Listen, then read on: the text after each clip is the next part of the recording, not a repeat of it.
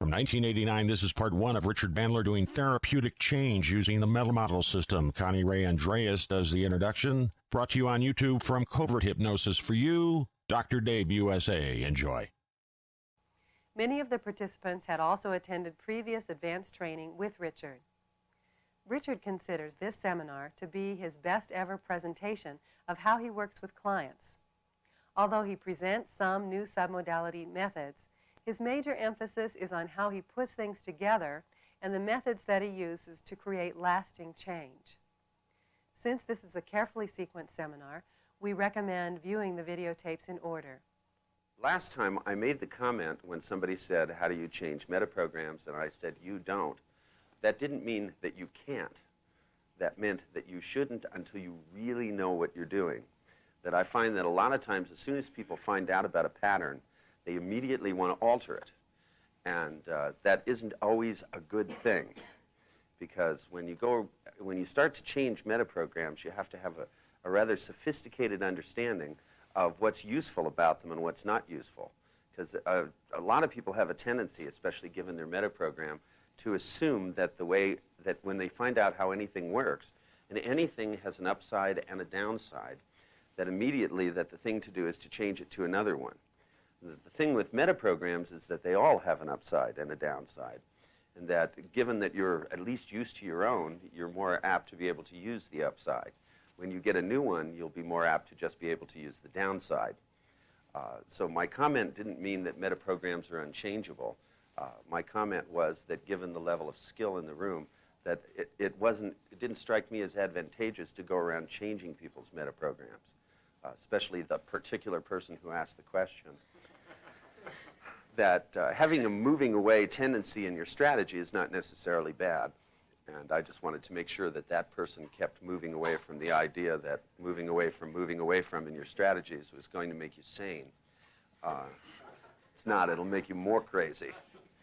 And that the thing is that when you alter metaprograms, that when you start to build in things, because with metaprograms, almost everything functions on a continuum. It's not that somebody is entirely a moving away from person. There's a continuum. There are certainly certain things that even the most moving away person I know has a tendency to move towards. I'm sure, Charles, you can think of some things you move towards, right? The thing is to be able to amplify those things so that you do it even stronger, and then to be able to move things across the continuum that you want to change the way in which you interact with, so that you do it much more content specific. Because when you start changing pervasive patterns in your life, if you flip them around, for example, I just did a practitioner program, and somebody in there decided that they did not like the way their timeline was. So I had taught them a technique for altering your timeline, but mostly something that they could do to try out differences, and also for certain activities, being in time is a lot more valuable than, I mean, there are certain activities where you want to be right there, here, now, and that dealing with them as between time activities is not all that useful. Sex is one of those. If you think about it, you know, if you're thinking about sex with somebody else while you're having sex with this person, most of the time that's not useful. It depends upon who it is you're having sex with, of course. Sometimes it helps a lot. But under normal circumstances, that's not a real useful way. And one of the people in the seminar decided that what they were going to do is to change theirs and leave it that way. But since they hadn't organized their life that way, what that meant is that they couldn't remember anything, which is not terribly useful, unless your life has really been shit. And in most cases, you want to be able to sort through the information in your life in a way that allows you to be able to do things other than babble. Which is what this person reduced themselves to, because as soon as they found out what their timeline was, they had one of those things where a lot of people, they always assume that things work better for other people. I mean, they didn't really stop and think about who their partner was, for example, because their partner, person whose timeline they elicited on, was just short of a basket case anyway. It wasn't even one of the people in the seminar. It was a client of mine, somebody that I had basically decided needed an overhaul. And they decided to adopt this guy's strategies and timeline. And quite frankly, I don't need the work that bad. I mean, there are certain situations, for example, with people that have heavy codependency situations. A lot of times you'll find that their past is behind them and their future is in front of them, and it never alters. In fact, they don't access the past hardly at all.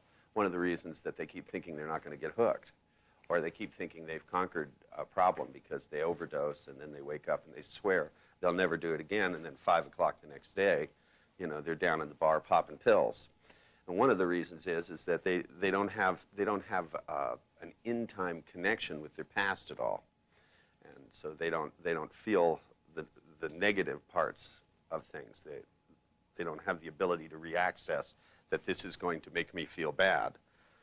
I've had a lot of clients that I've worked with about this kind of stuff where they even know intellectually that when they take these things that they don't even end up feeling good anymore. They used to at one time, but it doesn't even do that anymore. It just makes them feel bad. But then as soon as they see the object of whatever it is, whether it's alcohol or pills or whatever, what happens in them is that the external thing has become an anchor, which triggers off in them the excitement that they had initially. And the anchor works, but it doesn't. They don't get the memory of the full cycle of the event. It's one of those things I remember years and years ago when LSD was seemed to be the drug of choice, that people would take it and they forgot that it lasted for 6 to 10 hours, right? It was like they could kind of remember enjoying it, but you know, they'd like take it and then, you know, it's like 3 hours later they were going, I'm never going to come down ever again. And some of you who were around in those eras might remember that, and you always had to point out to people, look, you're in for the duration. You signed yourself up. Get used to the idea. You know, this isn't smoking a joint. This is the big one. You're in for 10 hours. Enjoy it or freak out. You're still in for 10 hours. And so one of the things that we found is useful with those people is to begin to alter their timeline, especially in relationship to drugs, so that they have some sense of the going up and the coming down, so that when they access them, what they access is the coming down. Because for those of you, for example, those of you who've done the phobia cure, you know how you run the memory backwards? Well, if you can get people, instead of with certain events, to access the end of them instead of the beginning, it has a tendency to change their experience. And in terms of making that possible, one of the things that helps is in relationship to those activities to alter their timeline. But it still doesn't mean that you need to alter them with all things. You don't need to fix it so that it's there permanently. Just the things in which they have trouble in their life. See, to me, the one thing that I try to stress with people is that the name of the game isn't to find the right strategy. It isn't to find the right relationship to time. It isn't to be in time or between time. The thing is to have choices about what activities you do how. Some strategies work better for some things than others. There isn't a good motivation strategy. You want to be able to build in more and more flexibility. So the things you motivate yourself easily to do, you don't have to mess with those. The ones you have difficulty, then you can either build a new strategy, or sometimes people just don't use the strategy that they have. And the thing is to me, is one of the reasons I stress information gathering so much is to take the time to find out what to do with an individual. And most of the time, I spend more time finding out than I do doing whatever it is I do. Because I discovered if I find out what's going on, then usually it's pretty easy. I know that last time we spent some time, like I was trying to teach some of you last time, to be able to hear just distinctions about submodalities. That, you know, some of the, like for those of you who've seen the Marshall University tapes, I mean, not every client comes out and says the first line that they have a problem they need to get more distance from. But eventually they all say it, that if you ask them questions. One of the nice things about the meta model, and this year I tried something new in the practitioner course, and it worked quite well.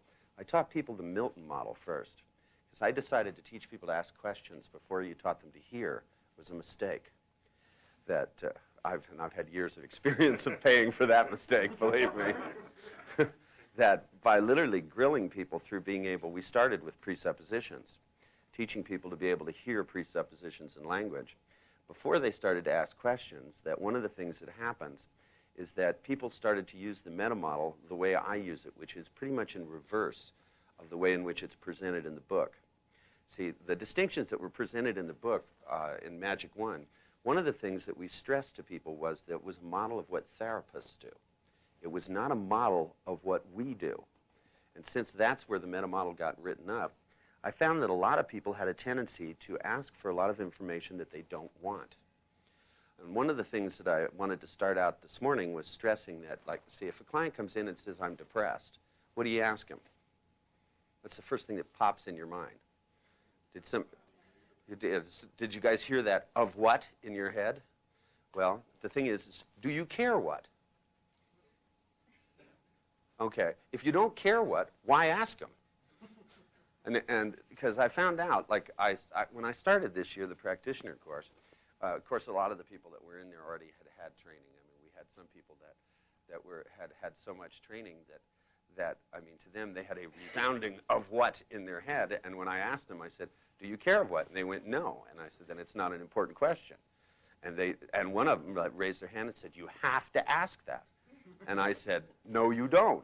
And they said, yes, you do. They said, and I said, why? And they said, because I hear the question so loud in my head. If I don't ask it, then it keeps saying it over and over again. And I said, well, that sounds like something you need to be cured of. That doesn't sound like good training. That sounds like a mental disorder. That, I mean, to me, that it's not really important. The question is, what do you want to know about information? See, one of the things about when we developed the meta model, the purpose of the meta model was to build a model which was recursive in nature. That meant no matter what came out, there would always be a next step function. And that's because at the time we did it, one of the things we discovered is that most of the people that were in clinical practice got stuck. And that's because they had no next step function. You know, people would come in and they go, you're depressed, and they'd go, what are you depressed about? And they'd go, you know, my husband beats me, and they'd go, God, that's a shame, you know.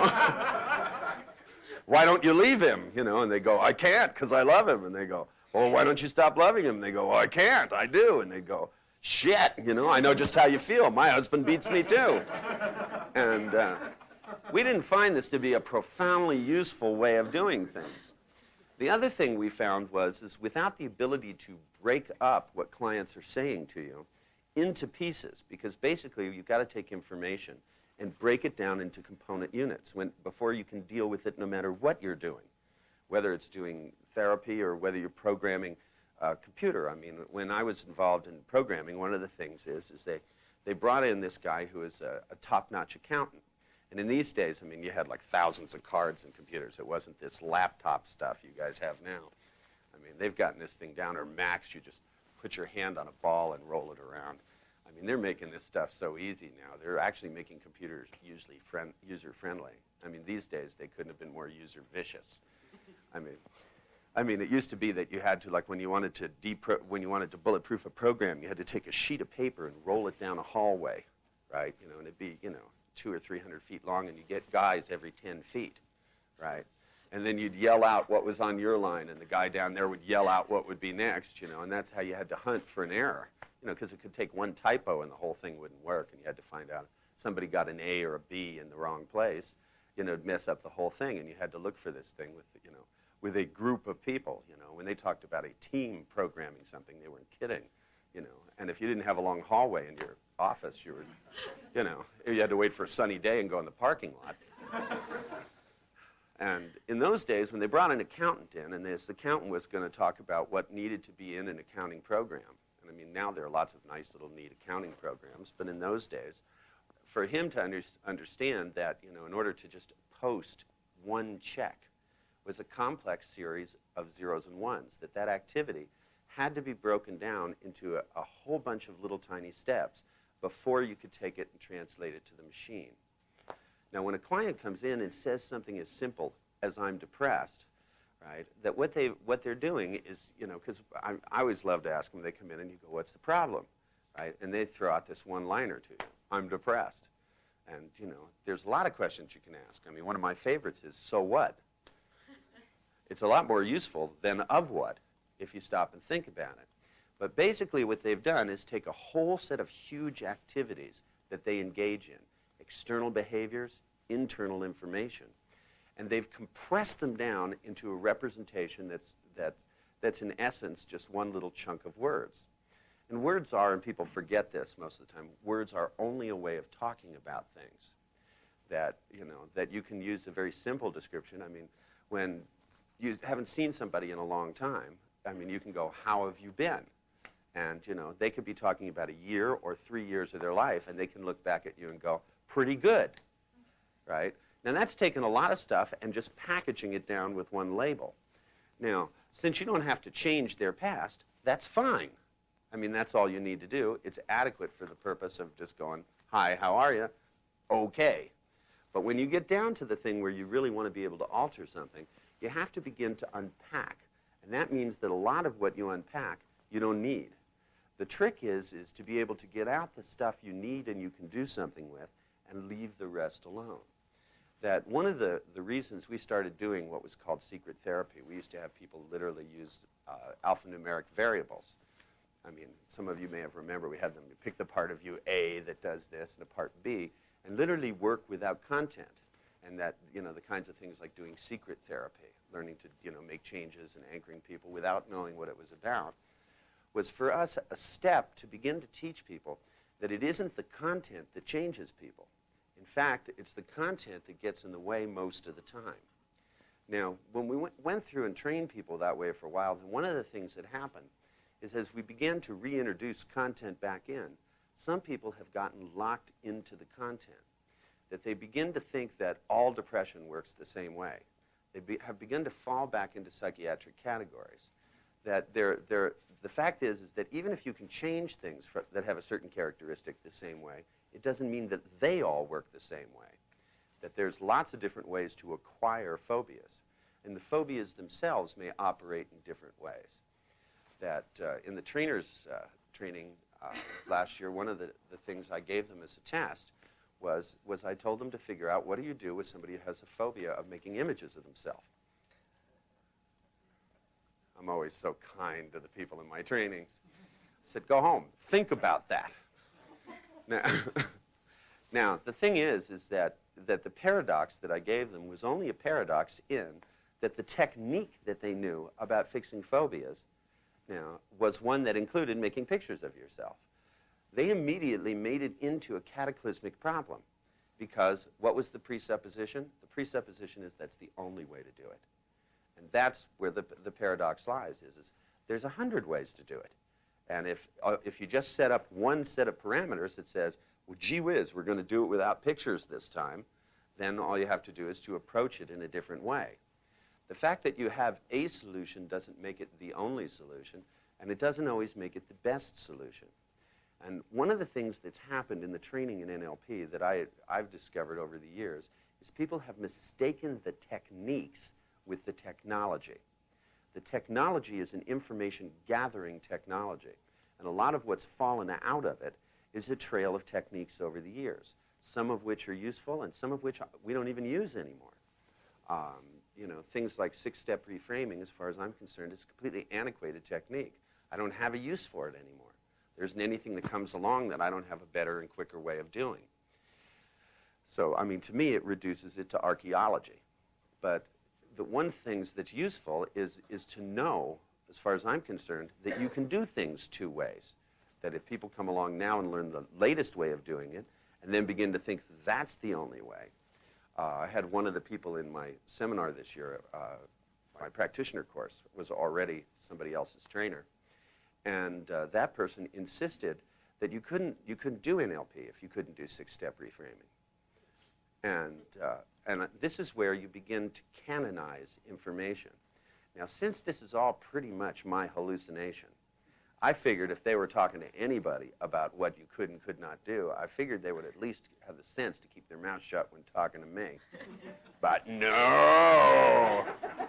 Instead, you know, so I started to have fun with it. I started to ask questions like, how would you be handicapped as a neurolinguistic programmer if you didn't know?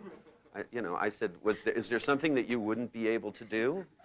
And they said, well, if you don't know all the techniques, then you're not qualified in NLP. And I said, that must make you pretty unqualified. And they said, what do you mean? I know all the techniques. And I named off about 20 techniques that I hadn't taught anybody yet. And of course, they sat there with their jaw open, and they said, well, those aren't in the books. And I said, oh, then you only have to know the techniques in the books in order to be qualified. But see, to be qualified to me is to understand that the techniques are an outgrowth of a technology that's about asking questions and sorting out information, that making distinctions between what's an internal response, what's an external behavior, that there are levels of things that are generalizations, there are automated responses. There's lots of things going on in human beings simultaneously. When I try to teach people, like in the trainer's training, I teach people to do this thing with nested loops, where they have to do 11 things at the same time. And they always act like it's an overwhelming task. But yet they're doing that, plus that, and much more all the time. The question is to be able to automate things so it goes into your unconscious and comes out automatically. That one of the most amazing things to me is that when people have trouble believing that people do things unconsciously. I mean, I get this all the time from people, you know, well, do you really believe there's an unconscious? And I go, no, I don't believe there's an unconscious. There's a tremendous amount of unconscious processes. And they go, well, I have no evidence of that. And I said, how do you understand language? And that's always the quickest trance induction I know. That's where they go. And then you lift their hand up and you go, close your eyes and don't worry about this. Just feel good. And your question will dissolve now. The thing is that language itself is an unconscious process. We don't know how we understand language. As you listen to me now, you are processing the information pretty much unconsciously. You're also, all of you, processing it in different kinds of ways. That some of you are, and as we began to find out, well, how do people consciously represent what's going on at the unconscious level, that's when we found out, well, some people are really fast making pictures of it. You know, some people are carrying on another internal dialogue about it. Some people sort it as a sequence of feelings. Now, as you begin to do that, you end up getting nice things. You get rep systems, you get chaining for the, it's basically what a kinesthetic person does is they take your language and they follow it with what's called a chain, a series of internal anchors. So that if you use your language and you cycle through the same chain enough times, you end up installing a nice chain. And it's a hypnotic process. Most of you have done chaining in here. True? That's where you install a series of feelings so you can fire off the first anchor and it fires off the others. You don't only do that with your fingers, you can do that with your language as well. I realize that some people, they decide if you don't touch them, you have them really anchored. You know, and I go, think about this. To be careful, I'm going to go to Germany this year. I'll go, you guys got it? Think about it this way. I'm going to feel sorry for that city. It's not going to be the same. I'm going at Oktoberfest. It's perfect time for me to go. Get a country drunk, bring Richard over. Works for me. So anyway, in light of the kinds of things that I'm talking about, for me, the nice thing about the kind of group we're doing here is it's a chance to get away from just learning a rote technique and to begin to move into what I consider to be more information about the technology. See, like one of the things I've found is that when I work with a client or I work with somebody in a company, I mean, when I go in and I do management consulting or a lot of times I'm brought in mostly to do things like troubleshooting. Recently I went in to work with a company and they make their money cashing insurance. It's a sports medical clinic. And what they do is they take people who have some kind of a chronic injury, right? In other words, they've been to the doctor, but it's 3 years later and their leg's still fucked up. And what they do is they have like a whole health spa with all the weight equipment. They've got neurologists on staff in the whirlpools and the jazzercise classes and the swimming pools and it's stuff there that I didn't even know. They have little electric things they hook up to you and shock the shit out of you in just the right way. And they had some real, it looked like, you know, I kept hearing Boris Karloff music as I walked through this place. But they have a problem, which is that they don't charge people anything for their service. They get it all from the insurance. Most insurance pays like 80%, but what they do is they pay the other part. But what they need in order to make that function is for people to go to all their appointments. And what happens is as soon as people begin to get better, instead of going 3 times a week, they start dropping by once a week, right? And what happens is that it takes away their ability to not charge them in the beginning the 20%. They need people to go all the time. So they brought me in as a consultant because they didn't know how to approach the problem. See, they were thinking maybe they shouldn't get people to be better for a while. I mean, they were considering these kind of alternatives. Maybe we could just make them worse for a while, and then when we have all the money, then we'll fix them. Because they have some really unique abilities. I mean, their success rate is in essence too high for the method by which they charge. But they can't change the way in which they charge because they're doing it off of insurance. And insurance companies aren't interested in getting better. They're interested in protecting themselves against fraud. So thereby they're forcing people to commit fraud in order to get paid. It's the American way. Now, when I go in to troubleshoot in a problem like this, the thing is that what I keep in mind is the direction in which they want to go. Because, you see, they've already ruled out so many things, and they start with too many things as given.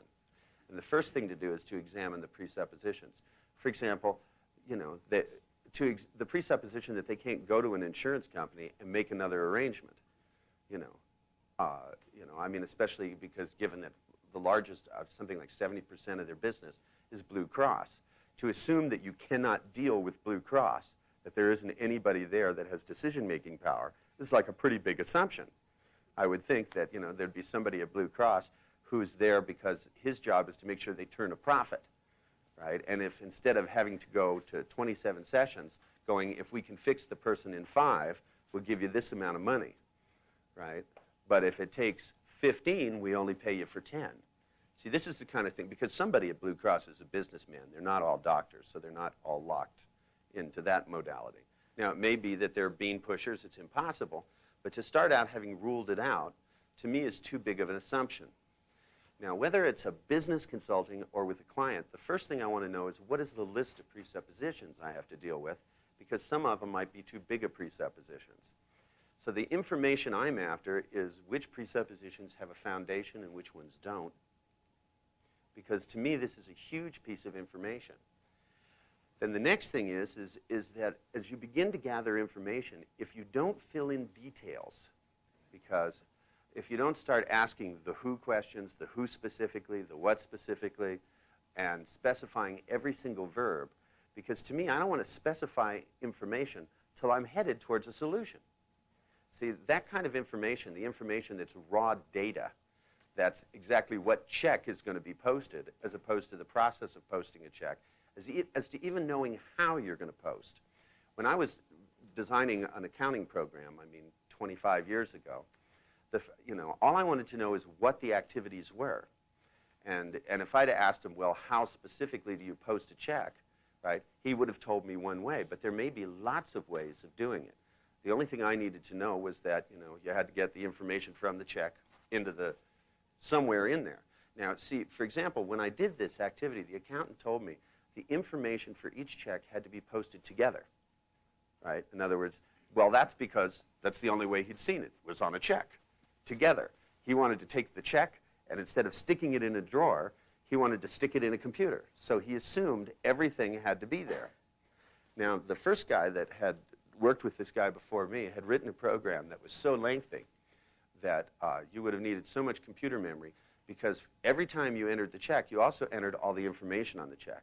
So, for example, somebody wrote 40 checks, you had to put this guy's name in 40 times. And the program was entirely for him and his machine alone. But every check had to have this information on it, and since the accountant told this guy this, he programmed it. Not only that, each time he did it, he had to enter his own name, right? It's his computer. It should know who he is, right? I mean, now, if it was posting checks for 15 people, it would still need to know who he is, but it would only need to know who he is once. Now, if you were going to enter 15 checks and you had to enter your own name 15 times, that's not very efficient, is it? Most of you, if any of you have an accounting program, it's probably not that hard on you now. That's 25 years of development. Think about it. Has it developed that much? Now, the thing is that the same thing is true when I'm trying to find out what I'm going to do with somebody. The thing is I'm trying to slice out redundancy of information.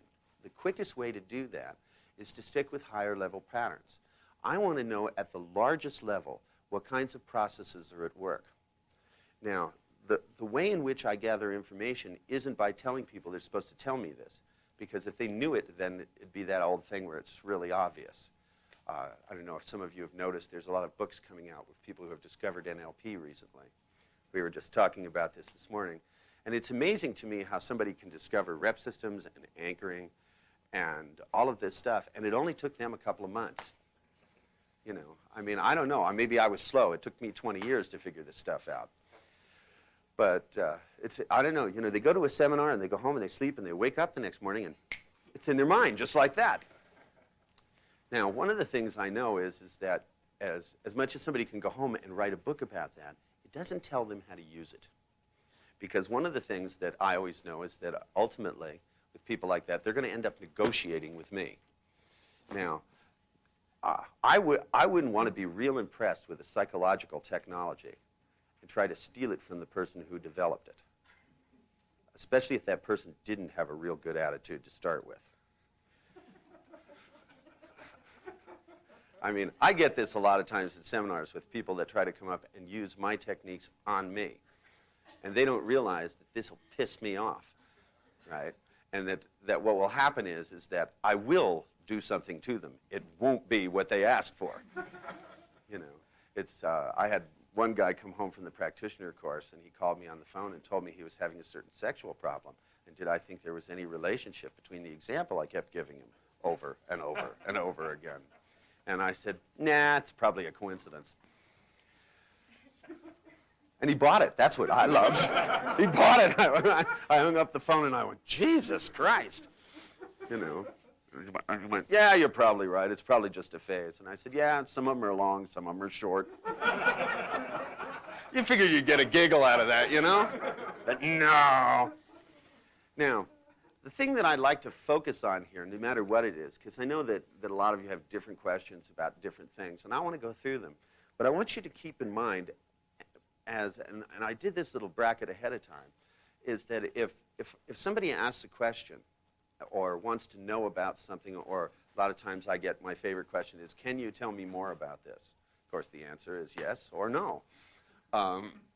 But see, I hear that there's a conversational postulate that goes with that, which means I don't know what to ask about. When somebody says, can you tell me more about in time, through time, and between time, and they don't have a question, that tells me what my job is, as opposed to the fact that their lack of understanding of the technology. Because, see, the technology provides you a question. The fact that the thought is on your mind has to do with the fact that there's something about that that triggers off in you, that there's somewhere to go. Now, the question about how to get started going and in which direction it's going to be is where the technology lies. Because the technology of NLP is just in its infancy as far as I'm concerned. I know a lot of people think it's real developed, but I don't. Not at all. We haven't even gotten rocking and rolling yet. We're just getting warmed up. I mean, you know, any field that's only 20 years old, you know, and people are going, well, you know, we're finished, it's done. I mean, it sounds like the field of optics. Field of optics, actually, when I was in college, actually said in the beginning of the textbooks that it was the only closed field, that they knew everything there was to know and they had all the equations.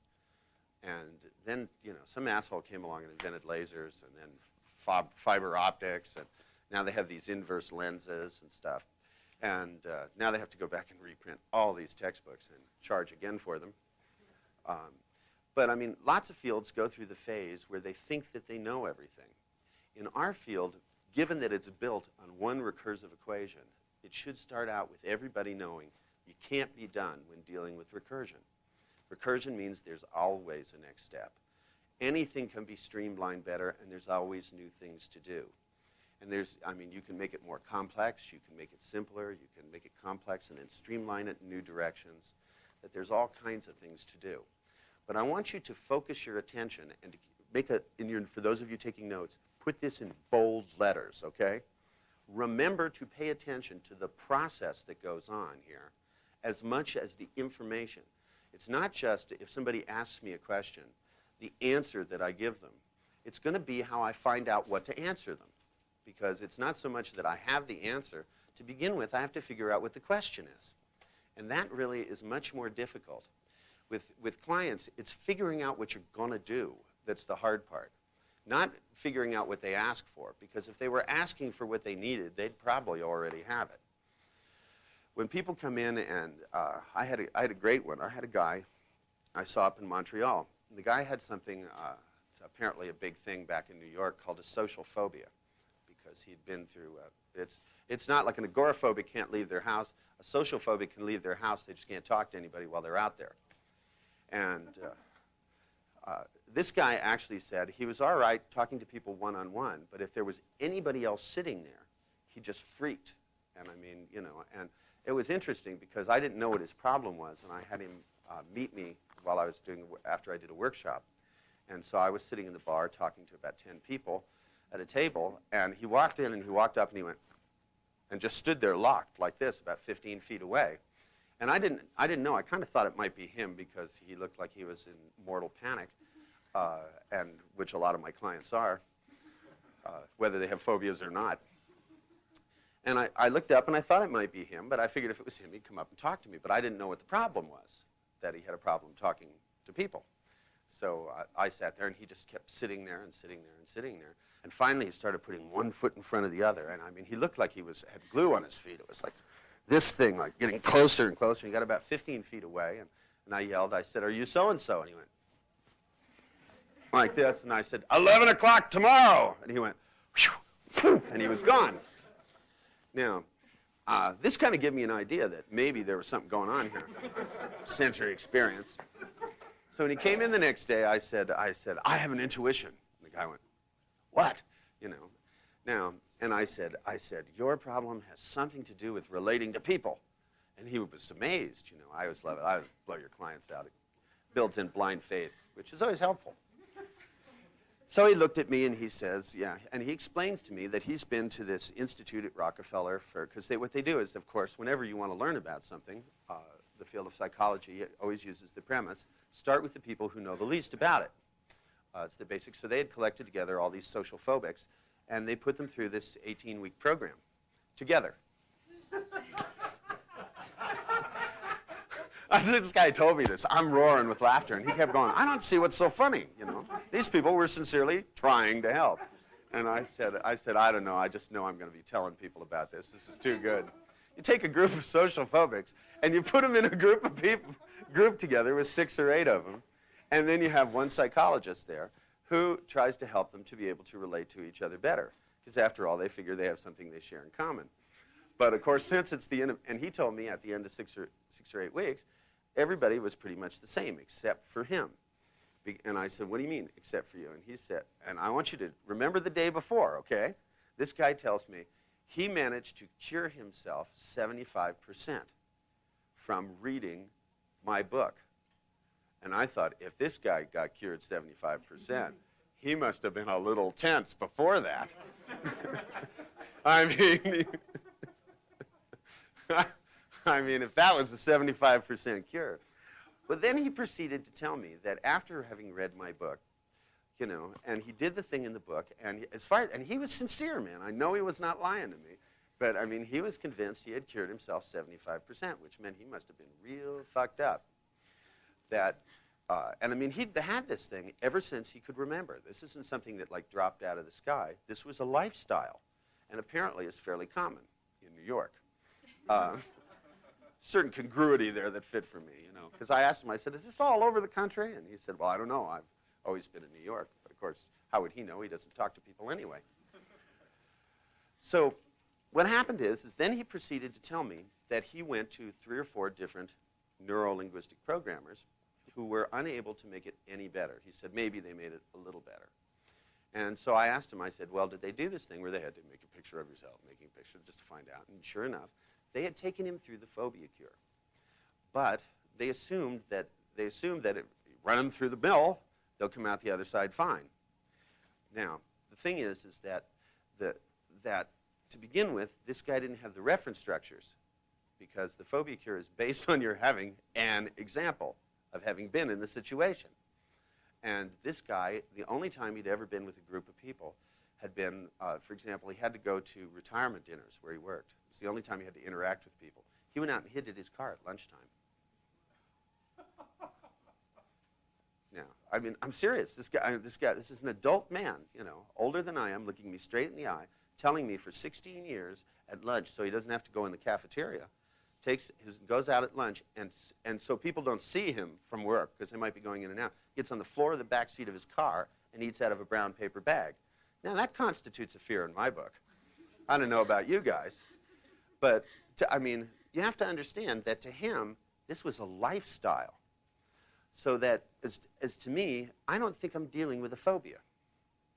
And I didn't hear it that way. But the people that, when he went in, since he said, I have a phobia of people, he didn't have a phobia of people. He didn't even know if he was afraid of people, because he hadn't been in the situation to find out. He was so afraid thinking about it and even approaching it that what he'd done is built a lifestyle out of fear. And he was so good at building the fear, he could have built a fear of anything. Now, what do you think this guy did for a living? This will crack you up. What do you think this guy did for a living? Huh? This guy was a private investigator.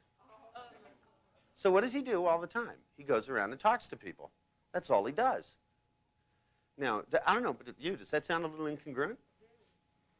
I mean, because I asked that guy, because I thought if he had trouble talking to people, you know, I wondered what he did. I thought, you know, and I don't know any computer nerds that have a good enough memory to have this kind of disorder, so I rolled that one right out. So I asked him, what did he do? And the guy said he was a PI. Now, I know that asking people what they do for a living isn't part of the meta model, but you see, it doesn't say anywhere that these are the only questions that you ask. And I realize that some people, see, because I noticed this a lot. See, it's been about 5 years since I did a practitioner course all by myself. And a lot of the people that were in my course were already practitioners. And they had spent so much time learning the meta model, they forgot there are other questions. And that the purpose of using the meta model is so that you will always have a next step function. So there'll always be something to do, not so that it's the only thing you do. And that the purpose of asking questions of the client is to find out enough information about what's going on to figure out how to make it better and what to make better. See, with this guy, if his whole life revolves around fear and avoiding talking to people. See, he was a private investigator because he could talk to people one at a time. He just couldn't talk to them two at a time. Or he couldn't talk to them if there were other people there watching. Plus, he wasn't the kind of PI that has to testify in court. He had a job with the state investigating disability fraud, which apparently he had to pick his job quite carefully because he had to make sure that he would never have to be in or around a group of people.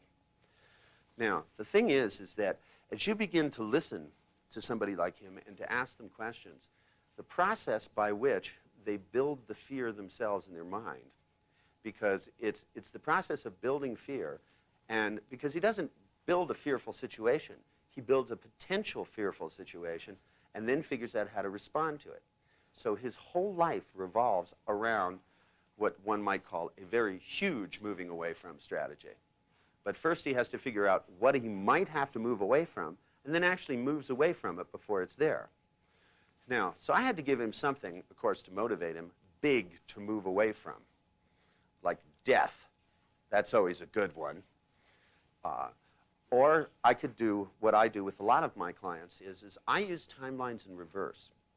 I put them into the future, 20 years, and have them doing exactly what they're doing now.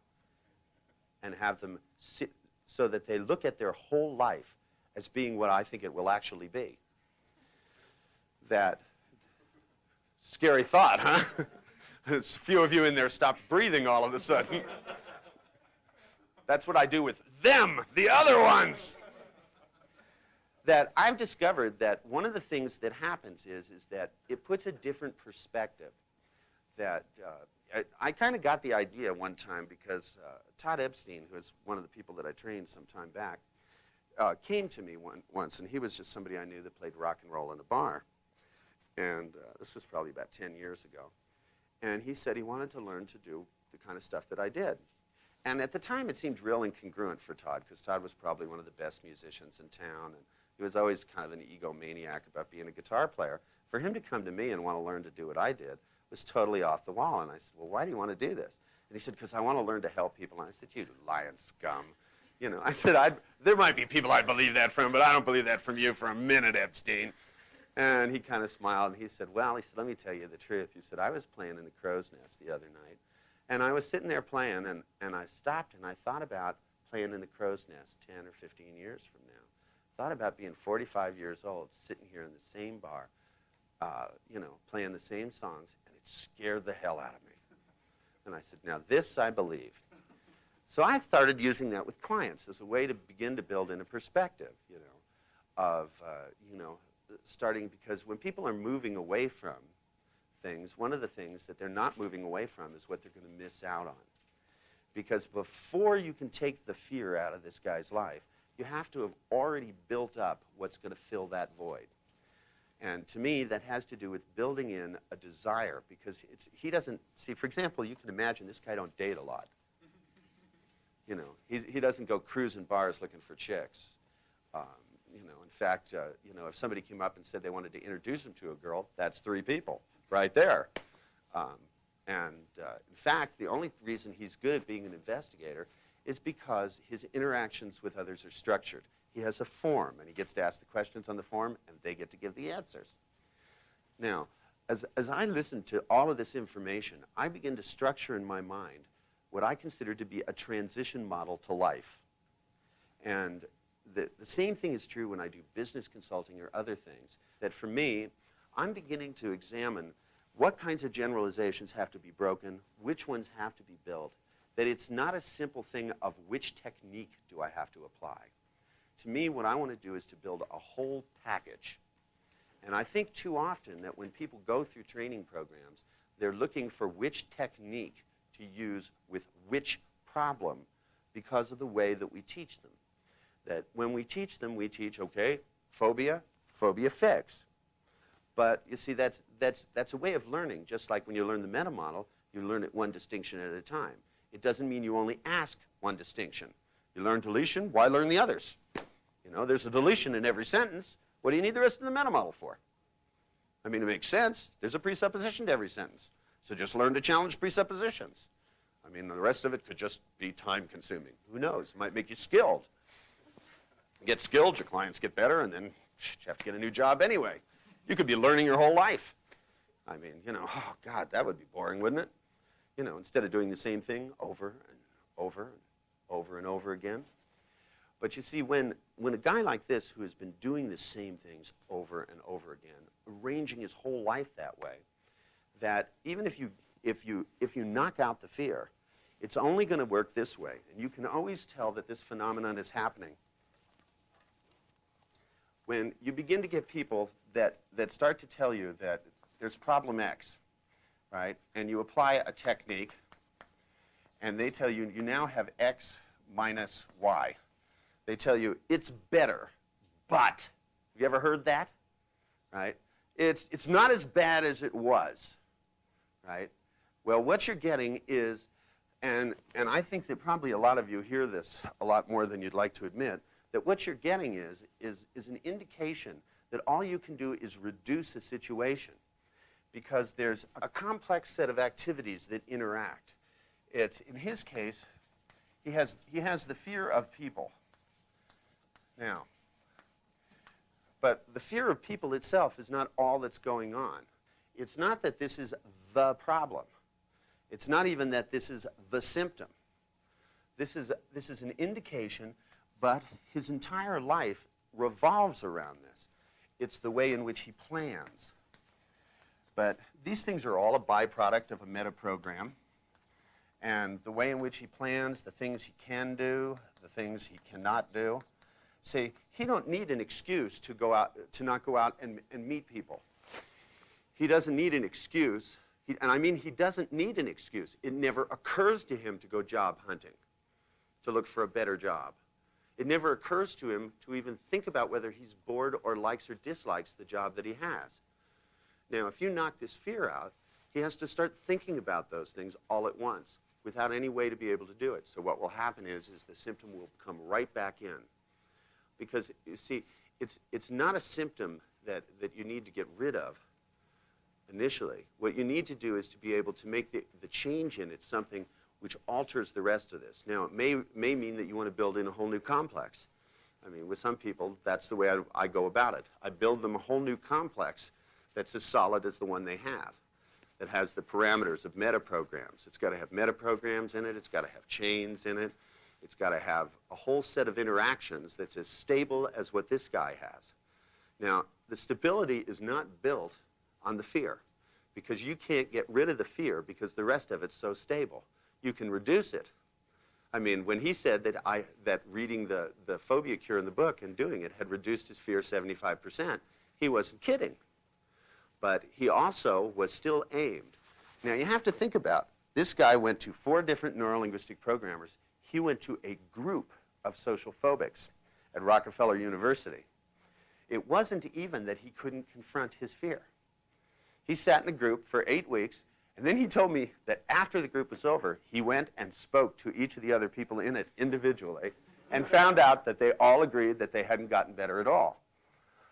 Now, this means that this guy's fear isn't even real. I mean, in other words, it feels real, but it isn't related to the activity it's supposed to be about. If you cured him of his inability to go up and talk to people, you'd be curing him of something he doesn't need to be cured of. He's doing it anyway. He just doesn't notice when he does it.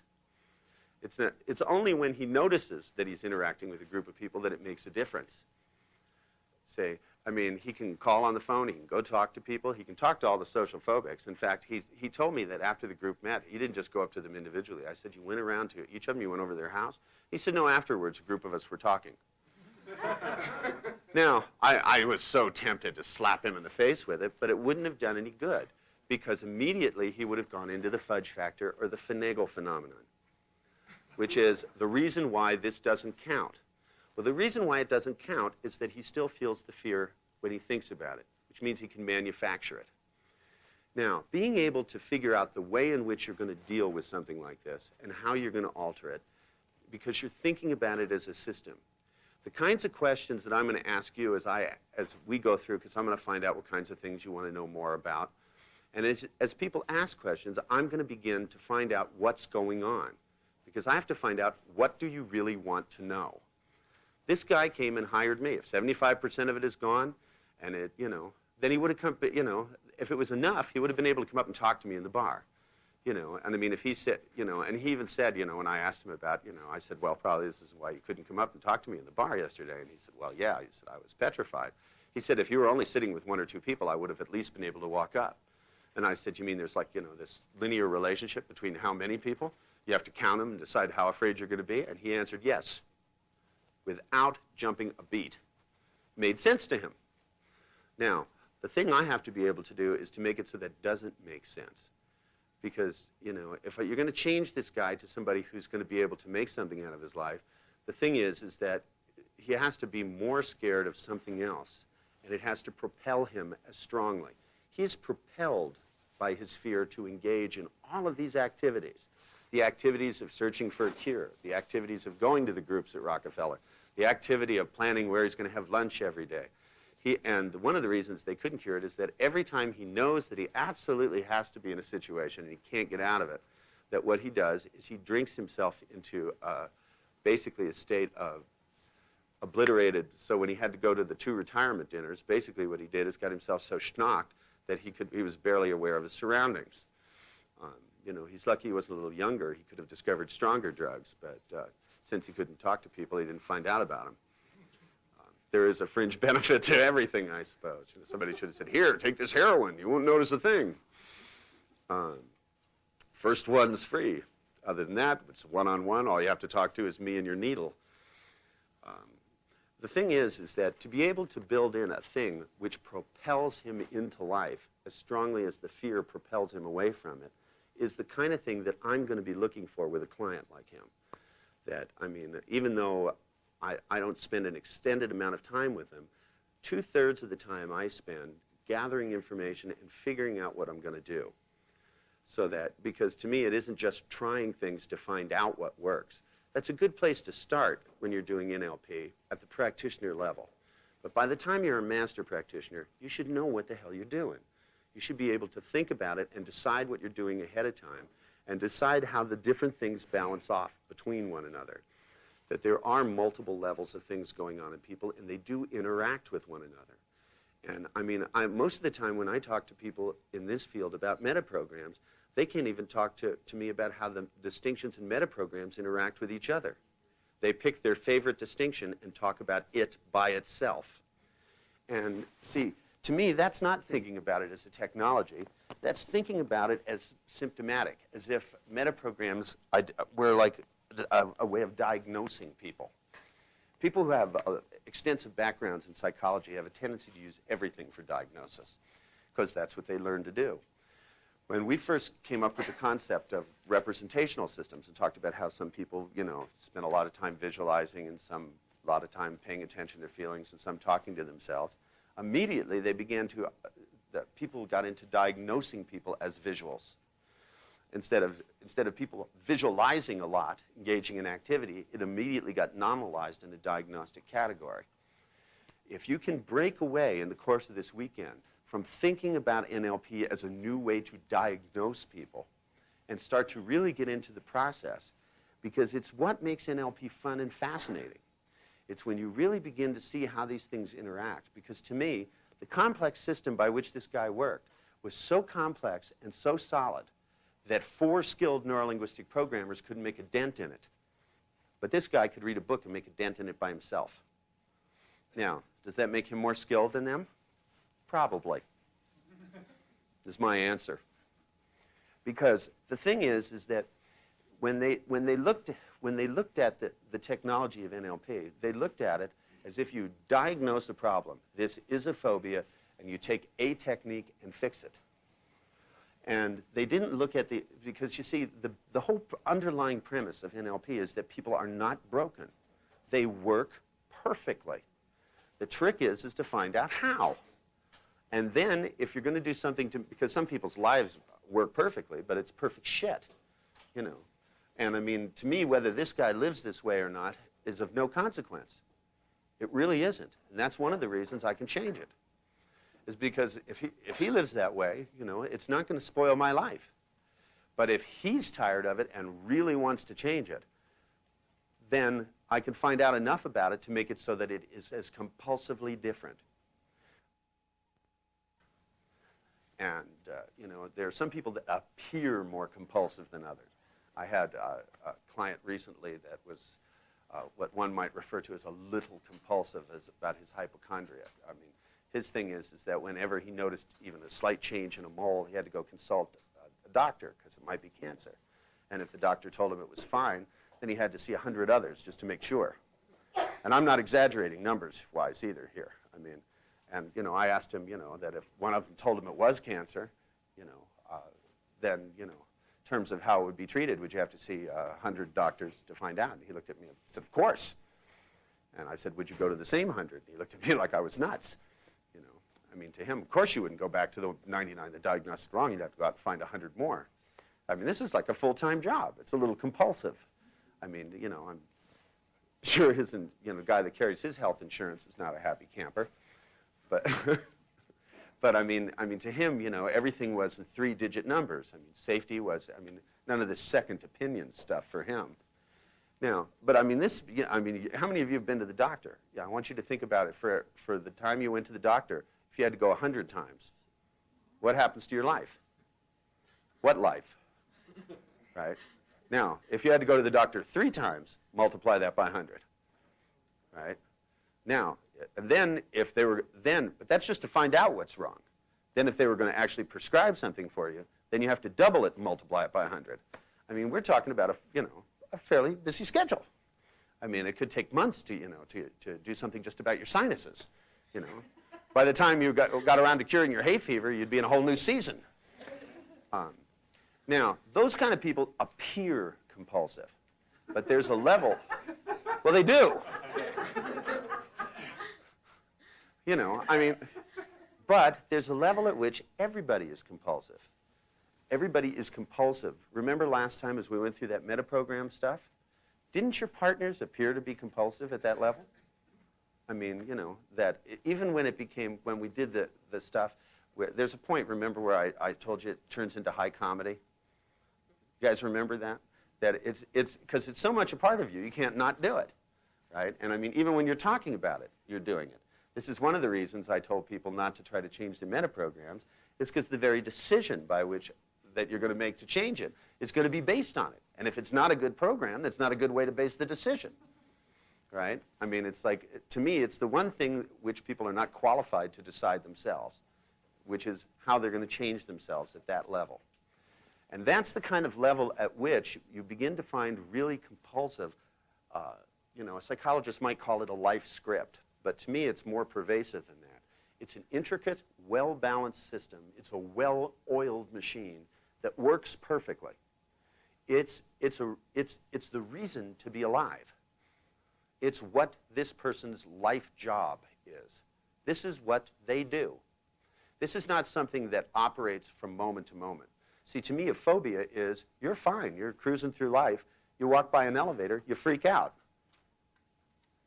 You don't spend your life figuring out how to avoid elevators, right? You just move to a town that's flat, and it's over with. But I mean, it's, you know, it's one thing when you have somebody that you know, says, well, I can't meet you on the 4th floor. I have, you know, on the 15th floor, I have an elevator phobia. How about the 4th floor? You know, I can walk up the stairs. I mean, that's real different than somebody whose entire day-to-day life revolves around this. See, some people's life revolves around, from morning till night, impressing other people. Now, the problem is that most of the time they don't know if they've impressed someone or not, because they gauge it off of a series of nonverbal cues that they've already decided, probably at age 5 or something, that certain looks are disapproval, certain looks are approval, and they know which ones are which, so it doesn't matter how you really feel on the inside, because they're going to decide anyway. Now, this isn't even a conscious decision, but all of their behavior are behaviors to try to get you to generate those cues. Now, if somebody's entire life is involved in doing this, then they'll have lots of complaints about why they're unhappy, but it's not even at this point that there's a conscious process going on. It is an ever-consuming process that they're engaged in. Now, to me, part of my job is to detect these things and to know they're going on. But it doesn't mean I have to change them.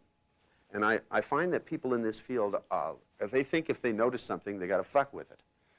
And that's not necessarily true. Sometimes all you have to do is just change what the cues are, and the process will be absolutely useful in terms of there being less of a pain in the ass anyway.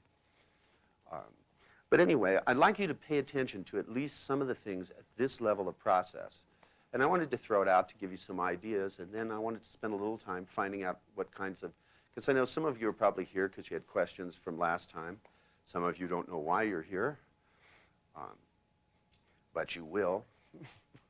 Some of you are here because you had no place else to go. But I wanted to take some time to find out at the beginning of these days, because it also gives me a chance to plan some things out. And sometimes you guys say something and it makes me remember something I haven't taught in a long time, or something I meant to teach and never got around to, or decided I didn't like the group so I wouldn't teach them, all kinds of things. I'm a fickle teacher. So what kinds of things were on your mind when you came here? What do you want to know more about, or something about? I want to know more about time sorts. Time sorts. What do you mean by time sorts? In time, between time, through time. What more do you want to know about it? I want to know more about how they how it organizes a person's life. Seems like it has a strategic format to it. Seems like it have a, like... Could be more strategic. Like, people organize themselves. well, it seems like you could use them more strategically. Yeah. Is this what you're asking? Yes. Yes, you can. I want to know more about that. Well, what more do you want to know about it? This is one of those questions where I don't know exactly what to ask. I know that. Help me! Well, see, the thing is that there's so much more you can know about it. I thought, since you asked the question, that I'd ask a few questions to find out what more you wanted to actually know about it. See, one of the ways that I find out things a lot is through crystal ball gazing. How many of you, when you took a practitioner course, did crystal ball gazing? Well, that's in a sense, whoever taught you your practitioner course, go back and kick them one. The reason we designed the crystal ball gazing technique was to teach people how to go through listing programs and read nonverbal cues. It wasn't that we wanted them to read the nonverbal cues so much as we wanted them to know how to do the listing programs. Now, a listing program it's given that you've done this for a while, you kind of get an idea what the set of choices are. You know, clients come in, you know, you could go through a whole rigmarole to figure things out, but after you figure them out, then you can kind of go through what the list of the choices are. See, for example, if you just listen to him talk, right? Okay? Now, if off the top of your head, just the conversation I had with him, would you place him as a real in-time person? Were you thinking about that while he was talking about it? Let's start with that question. Okay, let's set some rules here. Let's go back to our bold type, all right? Now, the way to learn is to realize that whatever you're talking about is going on.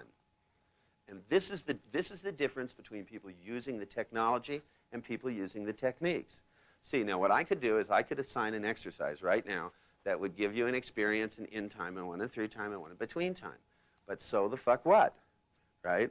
That's not going to teach you how to pay attention to the fact that, okay, see, I pay attention to as I go through a whole bunch of different things, some of the people are real interested in time. Now, that's a giveaway right there. People who are interested in the difference between the three. Think about it, right? Difference between, okay? Shh, underline the word, right? Now, okay, do you hear like perhaps some comparison going on there, right? Now, okay, now his question was one where he wanted me to elucidate, okay? Now, when someone asks you to elucidate, does it mean that perhaps they're looking for similarities or differences? Okay, perhaps, okay. Now, if you start to hear this stuff, it makes all of this stuff a lot easier because the trick is to figure out what you're going to do, whether it's with a client or a business or whether you're doing teaching. To be a good teacher, you have to figure out what to teach people. Because if you teach them something and it's not what it is they want to know, they'll go, yeah, that's all interesting, but, right? Now, if you're a good teacher, then you can learn that there's a structural difference. Okay, now, why don't you come up here, Al? Play a little game with me. I can tell that some of these people in here need to learn a little bit about language. Language is a tricky thing. You want to just put that on? We're going to have some speaking lessons. Oh, good. Okay? You remember speaking. Okay. Now, okay, all right, now, the question you have is, okay, it seems to me that, and might be a bit of a guess on my part, might not, but that your curiosity about the difference between the two, you said there might be more strategic use. Yes. Okay, that means that there's one of them you want to do better. Maybe. Maybe. Okay, well, I don't know. What motivated you to ask the question? Well, I've been thinking a lot about it since the last workshop. Yeah? So have you been thinking you want to do one better, or did you want to do one worse? No, I want to know more about it to do with other people. To be able to listen for to them, somebody. huh? Maybe me too. Oh, okay. All right.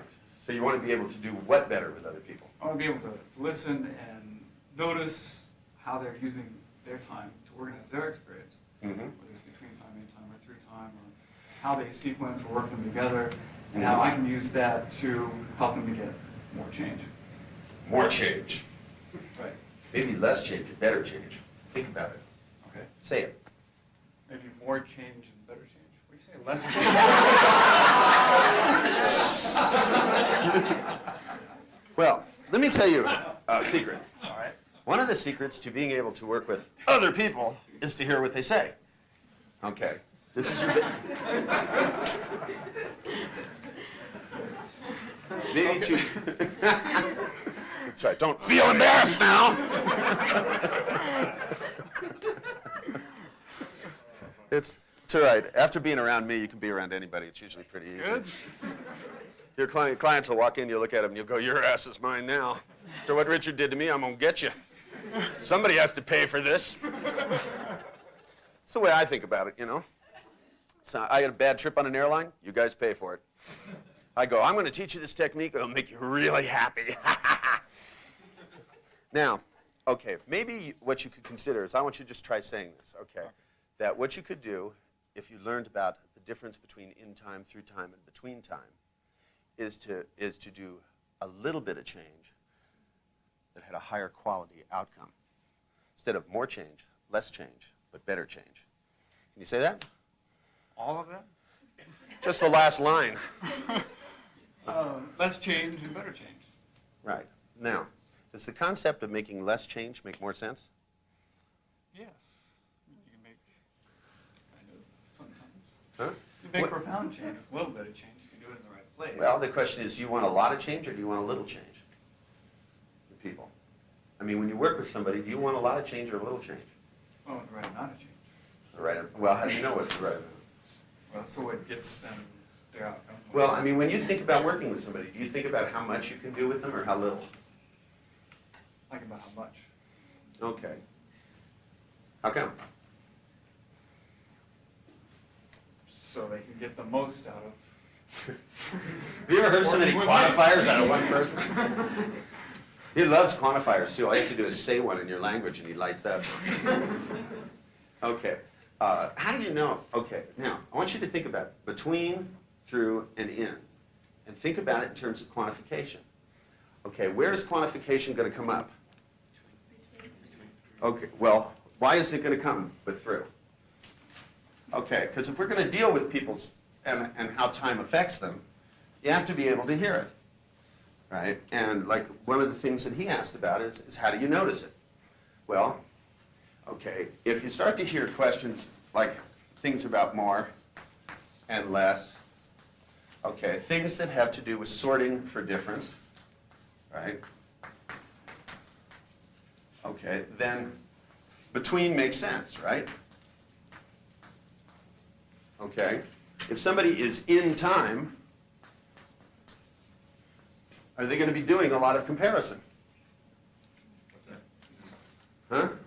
What's that? You're going to hear that a lot. That'd come up a little bit more. Huh, well, their favorite word. Huh and what? That's what I discovered now. It's my new theory of relationships, is that if you really move in with somebody, the one thing you can count on is that you're going to build your relationship on a single word from that point on.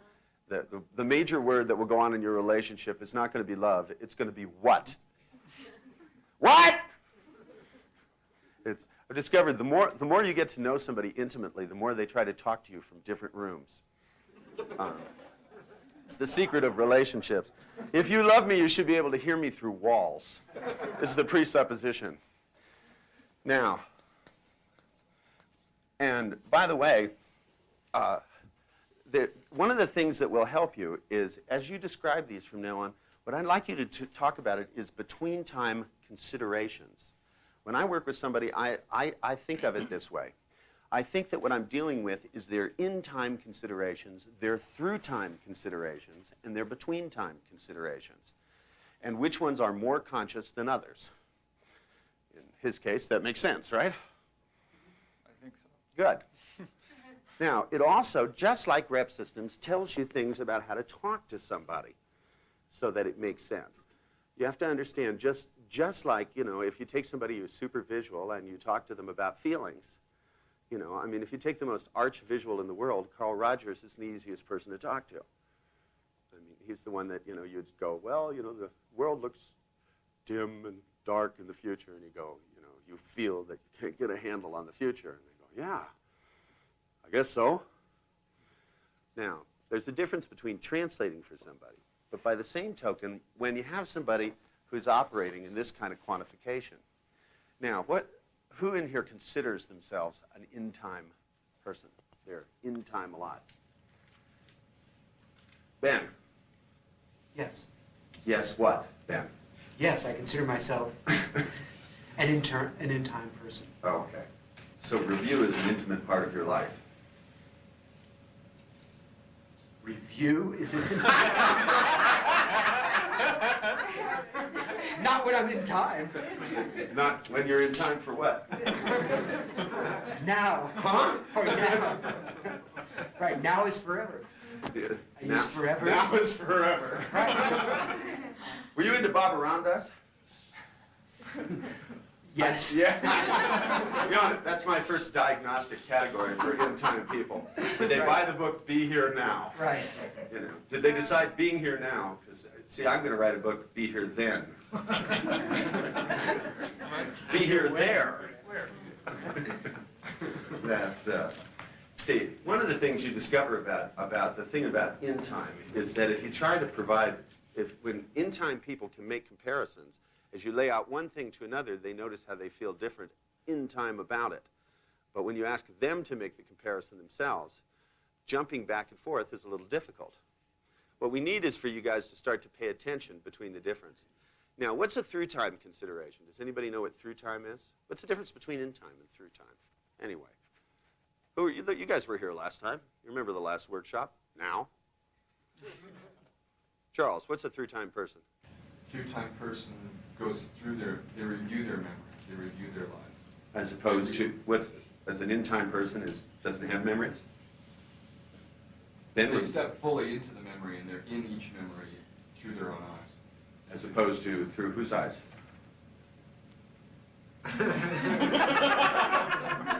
A dissociative. Oops! person. That's a nice color, red. Yeah, through whose eyes, Charles? Not through anybody's eyes, but they'll be inside of Anybody but. Right. Well, this is where, what kind of language are you going to hear with through time? Major considerations are going to be referential index. Switches. I mean, now, how could you tell that? Because you're going to hear things like, well, a through time person, they would. In other words, when you're doing through time, what does one do? Now, if you begin to listen to hear distinctions, because you have to understand these are not bad things, right? What makes them funny is that we all do them and they work. The fact that they work is a double-edged sword. They can work for us or they can work against us. And again, you know, it's not a thing of switching from one to the other or changing. It's knowing that you can in a context where it's useful. So that if you discover yourself doing something which is pointless, and that's part of being a human being. You've got to remember, human beings are learning machines. They learn everything. And a lot of it is real garbage. And it doesn't mean that you have to stay that way. I mean, it's like there are some clients I've had that it didn't matter which woman they were with another woman in their head. Like, so they never, in order to pay attention to the woman they were married to, they had to go out with other girls. Makes sense, right? But I mean, if to them they were so much between time, and it's not really useful if you can only visit somebody when they're not there. It's not a terribly practical way to live your life. And when it hits the point where somebody can again start to laugh at it, this is where they can begin to do something about it. And I find that a lot of people take NLP much too seriously. And there is a trick about NLP that as you begin to get into, especially the levels we're dealing with, if you don't have your sense of humor about you, you will fall into what's called the spin. And it is a trap that's there. People who are too serious cannot do things at this level. Because what happens is they start thinking about their thinking, and it becomes self-referential, and they go zzz, and it all blanks out. Trust me, I've seen it for years. That's when they start making, and then you can always tell because they make up a diagnostic test out of metaprograms. That's the fail-safe mechanism when you've truly made a total bozo of yourself, is that then what you do is you start using metaprograms to diagnose people. Because as soon as you know what somebody's metaprogram is, it's just a function of utilization. But if you diagnose people category by category, it doesn't do it context by context. And if you diagnose people, especially with a paper and pencil test, you will find out what their metaprogram is in relationship to paper and pencil tests. But it doesn't necessarily tell you what's going to happen, because if you have somebody who sorts by the person, they're going to be thinking about, they'll have to hallucinate who made up the test. As opposed to somebody that sorts by the place, then it will depend upon where they're taking the test. So that the test itself is going to have referential index things, so that the actual jig, or as Heisenberg called it, the uncertainty principle that has to do with the test is going to have to do with the distinctions. And I mean, because see, like I think you could, you know, when you, with some people you can elicit things from them in one context as opposed to another and they change. This is one of the important things about being able to take somebody who is, whether they're between time, in time, or through time, and jamming them in time when you take them back into the past. That your ability to be able to operate and to get people, because you have to understand the fact that people do things doesn't mean they can't do the others. And sometimes it takes a good swift kick in the ego. Sometimes you can get them to laugh. Sometimes it takes a handshake interrupt. But a lot of times, basically what it takes is a good clubbing over the head of one form or another to get people jarred out of their normal state and into enough of an altered state when you work with them. But this is done after you gather information. See, to me, I spend time gathering information and then I bludgeon them into an altered state in which I can make changes. Because, see, like one of the things Steve and I were talking about yesterday is I told him that when I was studying hypnosis, I discovered a strange phenomenon. If you could get people into the state where you could do speak privately and age regression, they could do any hypnotic phenomenon whatsoever from that particular transition. Now, sometimes it was tough to get people into those states, because if you take a between-time person and try to get them into the state of speak privately, they want to be there and not be there at the same time, because they're constantly flipping back and forth. That's why you must bludgeon them into one state or another. For example, there are tricks to getting people, like, for example, if before you do trance work, if you switch their timeline so that it's an in-time, you know, so if you take somebody, for example, do you know your timeline, how it runs? Mm-hmm. How does it run? This way. This way. Like the past is over here, the future's over there? Yeah. Or does it just kind of spread out flat in front of you? I had somebody who was like a fan. And it was funny because the experiences when they were young were very long feathers on the fan. And the closer it got to this age, the shorter the feathers got. And I just wondered what happened when they ran out of room. Just a thought that occurred to me that if you took a pair of scissors and chopped them all off, what would happen? But they were fun to play with because you could grow the feathers out longer when they were older and they felt younger. Didn't she? Now. Now, back to what a listing program is. Okay. The things that I've been running through this conversation are called listing programs. And as I went through them, you could watch them fire off in different people. That's why I brought you up here, so you could watch. So you have to understand, I'm still answering your question. Right. Okay, but I couldn't answer your question with you in the back of the room, because the way in which I go through and I find out things about both the ramifications of timelines, what they work for and what they don't work for, and with individuals, what's operational, is by running a listing program, so that even as I describe a timeline, describe a phenomenon, you can watch who it affects. Now, as I run through with a lot of people, when I want to find out how to make a timeline work better, again, still answering your question, the thing is as I run through a listing program about because I'm very familiar, having asked a lot of people, about where the limitations occur. So that if I'm going to do something to alter a timeline, it's going to be contextual for what particular context, to either go into trance, to enrich their sex life, to make it so that they can pay attention in their work more, so that they can have more fun. Because a lot of people, when they're having fun, don't notice it, because they're not fully there. They're somewhere else, comparing it with other times they've had fun.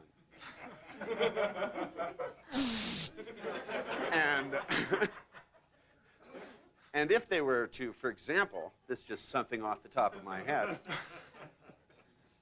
God, I love this shit. I wouldn't have any other job in the world, you know? I thought about getting a job at Photomat and doing this stuff while people came in to bring their film in, just because they'd be less suspecting. But then I decided I could just go into Photomat and do it to them. I feel sorry for certain people when they don't know. I went into a Dairy Queen yesterday and was talking to somebody, and they'll never be the same.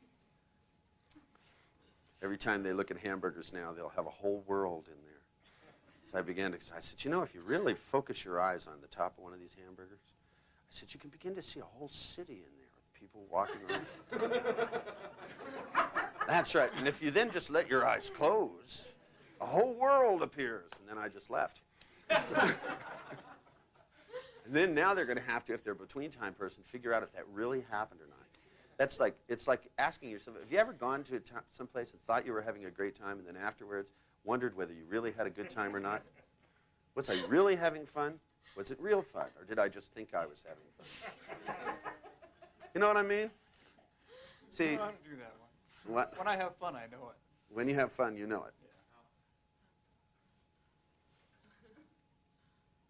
I don't. Somebody's internal process screaming. Gee, is there somebody that wants to know how to have fun and when they're having it? Well, of course, if you live between times, you know when you're having fun because you know when you're not, which is a useful distinction to have. See, the people that have a tendency to not notice that would be people doing through-time activities, because they'd be doing it and think they're supposed to be having fun, and then they, when they go back and review it, then maybe they weren't. Depressives are a lot like that. Depressives are real good at that kind of thing. See, you have to be able to notice which things fit, which ones don't, and when you find out, because you don't want to fix anything that's not broken. And also, when something works, it's not necessarily a bad thing. It's only the things that are going to enrich somebody's life. See, there's too much there's too much of this stuff that goes on. I even tried to diligently, through the course of my practitioner course, to cure the people who had previous training of the tendency to try to, to jump clients, right? Somebody goes in and they go, well, I've got this going on. And they go, aha, we'll change it. The thing is leave it alone till you know what to do. I mean, just leave it alone. When you asked the question, were you asking something for him or were you asking about yourself? Do you know? Them how questions are tricky. How do you know you're having fun? That's something I always want to know more about. That's one of the reasons I ask, is because if they have a better way to have fun than I do, I want both. I mean, I get clients to teach me stuff all the time. I make no bones about it. They'll tell me something, and I'll go, ooh, I want to know how to do that. But I say that inside my head, and then I act very concerned, like I'm trying to treat them and stuff. It's their money. Just a byproduct of our profession is getting to be able to steal behaviors and stuff. It's not something that's a bad thing. I think a lot of times people get into this thing that, if you ask the question, was it about you? Well, if it is about you and, the question was about having fun, there's nothing wrong with that. You got to get out of this thing that if, see this stuff, there was like a sickness in psychology. It was a bad thing to project on your client. I think in NLP it's a good thing. Remember, we're dealing with subjectivity. You can hallucinate on your clients. You get to do whatever you want. See, this is one of the fringe benefits. The only difference is to be able, it's just as long as you're doing it, is to know that you are. And then enjoy it. If you're going to hallucinate on your clients, it's fine. If you're going to ask questions, but they're really about what you want to know and not them, that's fine. Because as long as you know that it's about you, then you get to hear the answer. See, otherwise you might miss it. And to me, that you have to get out of the distinctions of right, wrong, and good and bad, and get into, it's just information. You have to get into this state, and in order to get into the state, you have to do something. Like, let me ask you, I usually like to start groups with a little something, because I think submodalities have a real advantage. Let me ask you to do something, just to give you a break from data overload. We'll come back to data overload, because I love that state. I love the looks in your eyes. I can tell when it gets painful, and that's when I really like to do it more. So, but I decided we'll ease into that, because I want you to be bleeding information out of your pores by the time we leave here. But I want you to go out and go like this and just throw information on the ground and step on it. But then every time you talk to people, you're going to start sucking it out of them. You can always tell when you do it really good, because they feel tired at the end of the session and you feel exhilarated. That's my idea of a good session. I love it when the clients look at you and they go, I'm fixed enough! Leave me alone! And I go, well, there's just one more thing. See, to me, when you really put together packages for people, one of the things that happens is instead of just doing a technique with them, you go through not just a bombardment of techniques, but learning how to sequence a set of techniques with people together so that you literally build in 4 or 5 different changes that work together. And I think that one of the things that has been overlooked is being able to build together a series of things and knowing how to nest them together so that they function as a unit and watch them interact. That to me, that whenever I do things, I always install a chain. See, it's not that I do one or the other. I install a chain at the same time, because to me, there's got to be a sequence of kinesthetic responses that go underneath whatever I've done. And because there's a rule of thumb that I use. It's to create a void in somebody's life and then fill it with something, not just create a void. There's too much of that going on. But what I'd like you to do is I'd like you to do something just to sharpen up, just to make sure your submodality elicitation is in line, and also to get you into the right state. Because the other thing is I emphasize over and over and over again that the state that you're in when you do NLP is essential. In order to gather information, you have to be in a somewhat ferocious state when you work with clients. I figure when you work with clients, man, you have to have an attitude on. It doesn't have to show, but you got to have it. That when you look at them, you got to look at them, and their problems have to seem inconsequential because you start out of the gate knowing they're not broken and knowing they feel broken. They feel that something is wrong. They feel that they're inadequate, or they either come in trying to prove that everything is okay, even the ones that are forced to go. I mean, a lot of them come in, they're trying to prove that everything's all right, and if everything was all right, no one would be able to force them to do that. Right down from the teenager that's flunking out of school, and they go, well, school is so boring anyway, and I always go, look, if you're really as sharp as you say, you should at least be able to con your teachers into giving you good grades. You want to learn to manipulate your teachers, or you want to learn to sit here and take shit from me? And I can lay it on, too. And I demonstrate usually, thus motivating them. That to me, that part of the attitude is that to get people on the highway, I mean, to me, that one of the things I think about it is that the time that people spend indulging in thinking that they're broken and whining and pissing and moaning and all the stuff that they do that surrounds difficulties and problems, whether it's grief or whether it's based on real stuff or not. I mean, whether it's based on real trauma, imagined trauma, or no trauma, it's all the same to me. They're not going forward, they're going backwards. And you really only get to go one way in life. Mentally, you can go backwards, but time marches on. And that for people to be able to move out on the highway and just, put the fun meter to the red line and start enjoying life requires that the mishigas gets out of the way, but it mostly takes a change in focus of their attention. See, instead of what can they avoid, there was nothing in this guy's life thinking about what he could get. That was avoiding missing out on goodies. If he's going to avoid things, let's give him something worth avoiding. Avoid, all he could miss out on. Passion, lust, And, part of one of the things that it takes is the ability to describe what somebody will miss out on so much that they don't want to miss it. That part of the art form of NLP and the real skill is the application of the Milton model patterns to the point where you can describe, because this guy had never been on a date. I mean, this guy's older than I am. He's never been out with a woman. I mean, it's inconceivable to me. I mean, because, when I asked him, I said, when's the last time you were out with a woman? And he said, well, I've had this problem. I've never been out with a woman. And I said, you've never been out with a woman? Ever? And he said, well, my mother. And I said, that's not the same. And he said, well, I know about it. I've seen movies. And I said, but you were alone when you saw them. Those are the kind of movies somebody should be with you when you're watching. But to be able to describe it in a way where it scares the hell out of him that he would miss out on it. To be able to describe him 20 years down the road so that he's 70 years old and he looks at his life and he's never had the experience of, and then to go into a 15-minute absolutely vivid description to the point where it terrifies the shit out of him that he'd miss out on it. That when he looks at this fear and that fear, suddenly the balance changes. One of the things that it requires is that when I looked at this guy, to me, it was as amazing and as mystical experience as it could possibly be, that somebody would chance living their life this way. See, to me, the biggest gamble would be, would he live this way? And the gamble was, at this point, in my hands. I mean, it's not that the next day it wouldn't be in my hands. The ball's got to be thrown in his court. But to me, as I listen to it, the kinds of experiences you've had where the air is full of static electricity. I mean, it's almost as if time is standing still.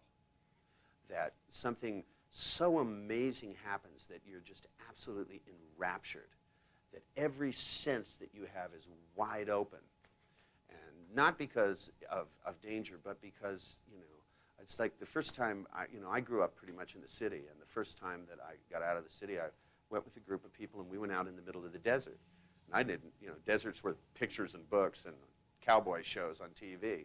And we got there in the middle of the night, and I woke up early in the morning, and as the sun came up, I looked around, and it was there was like things like real air, which was a new one on me. And I mean, just as the sun came up and it came across, and I mean, the feeling of the air was alive. It was like you could put your hand out and it would just make sparks off of every finger. Everything in every sense, and it made the hair on the back of my neck stand up. Now, I know you've had experiences like that, where you are completely and utterly exhilarated. I want to just start this morning because I want you to try something a little bit different. I want you to go and I want you to take your partner and I want you to elicit the submodalities of that versus the way they do NLP now. Okay, now once you have the submodalities of complete focused exhilaration, what I want you to do is I want you to have them go onto their timeline, step into the future 5 minutes. Just 5, 10, 15 minutes ahead, just a nudge ahead. And what I want you to do is have them step in, and I want you to try those submodalities 3 ways. I want you to have them go up to the future 15 minutes through time, have them do it in time. That means you adjust their timeline. By the way, the easiest way to adjust your timeline is to put it where it is and move yourself. Okay? So if somebody's timeline runs like this, for example, why don't you stand up, let me show them. Here. For example, if you stop and think about the last time you were utterly and overwhelmingly fit what I just described. Exhilarated? Mm-hmm. Okay, now go back, close your eyes. Hold the submodalities constant. Okay? Now, you see where this experience is on your timeline? Okay, now what I want you to do is to hold your timeline still. Okay?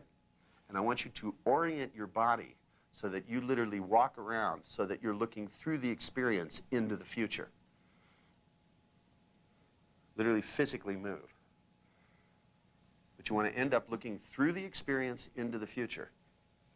It's right there in front of me. Okay, but the future's over there, isn't it? It was, but it's there now. It's there now. Yeah. Okay, well that's how you end up. Okay, well close your eyes, go back, look through it, right into the future. Now what I want you to do is to hold the submodalities constant. Mm-hmm. Okay, and I want you to think about the exercise you're just about to do with somebody. Mm-hmm. You're going to get to find out how their brain works, all that stuff. What I want you to do is hold the submodalities constant, and I want you to step through it and literally build the context where you're doing this with somebody that has all those same feelings. Step right through it, hold the context, and then that's the way it's supposed to feel when you do NLP. Now and in the future. Can you feel this? Good. All right, then go for it. Grab yourself a partner. And remember, when you do future pacing, all of this stuff counts. Okay? Did you hear that? This is yes, this is no. If it's no, shake your head like this. It's okay. Her head got stuck. It was like, no, it doesn't, but my head won't move if you don't give me a no. Okay, remember he was between time?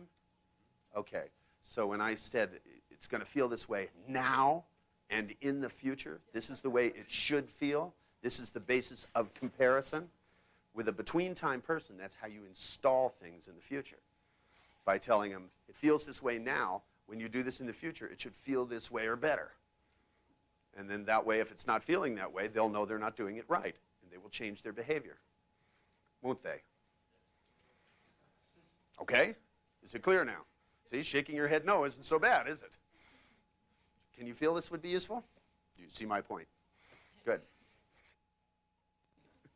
All right, grab yourself a partner and do this. Only I want you to try it all 3 ways. Through time, in time, and between time. Once you have the submodalities and you orient them, step them through it, then literally have them move through it continuously, move through it by jumping back and forth, and then move through it and observe from somebody else's point of view that they're doing it the right way. Okay? Grab yourself a partner and go for it. You guys find that interesting? Now, do you like exhilaration as a state? Does it liven up your senses? Right? Now, because one of the things I've noticed about many of my colleagues is that that they go to workshops and especially they come to my workshops and I try to teach them that you want to be alert, you want to be in a fun state, you want to have your senses wide open, and you want to be real ferocious when you do NLP. And then the next exercise after that, I see them real serious, And it's like, to me, the next step is to be able to take this and to build it as a through-time phenomenon and an associated through-time phenomenon. Because through-time, of course, can be disassociated. You can look at time going by like that, or you can be more like, the exercises we did last time where you were inside like the decision destroyer, where you do it like a tunnel. Well, see, if you think about things that are pervasive, like for me, things like attitude. Attitude is something that doesn't have a tendency to oscillate from moment to moment. It's something that goes on through things. That there are some people that are pessimistic about everything, and there are some people that are blindly optimistic about everything.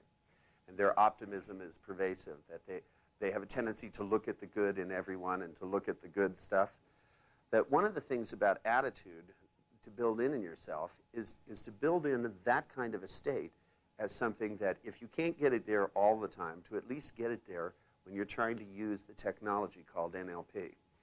Because the one thing is as you begin to become serious about artificial distinctions, it begins to get you to act like a horse's ass.